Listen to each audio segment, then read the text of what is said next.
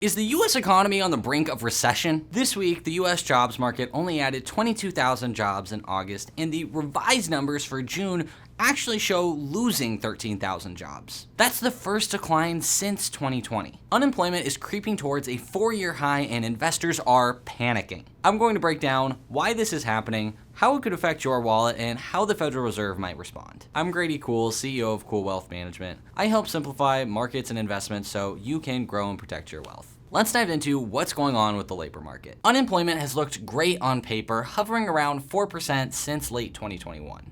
Then what in the world is going on? Hidden unemployment and underemployment are starting to show their face. People only count as unemployed if they have no job, have been actively looking in the past 4 weeks, and can accept a job on the spot. After the event which shall not be named, there were plenty of people that chose not to go back to work. Plenty of people have ridden the benefits of unemployment payments, disability, or found ways to mooch off their family or friends for longer periods. Even for people that have found work, many are underemployed.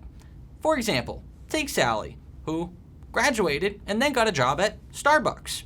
She is still technically employed, even if she's only working part-time. There are a lot of reasons we have been seeing more and more of this. It started with offshoring getting increasingly more popular over time.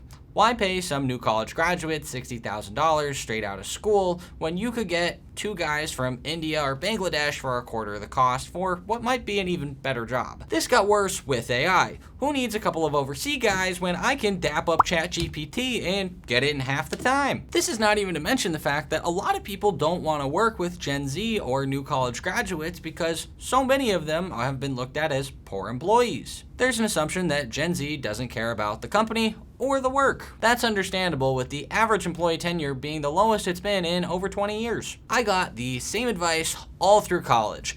People who switch jobs every 2 to 3 years make more money. That may have been true during one of the greatest bull runs of all time, but does it actually still hold true today?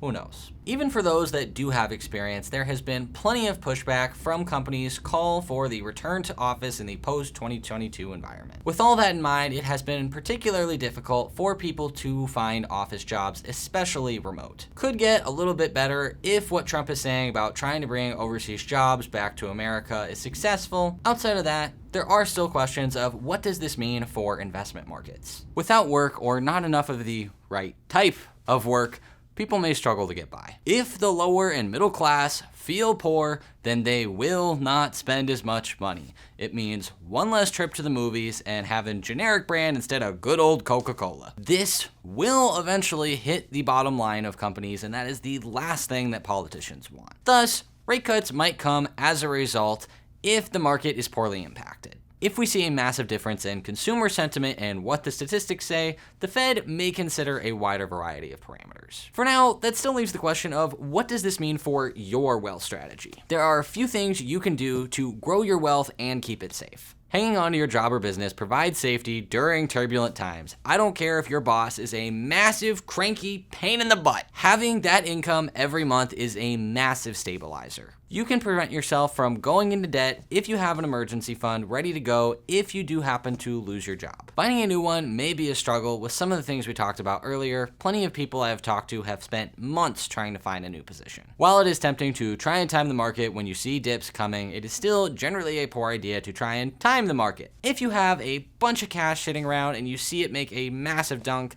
maybe it's a decent time to buy.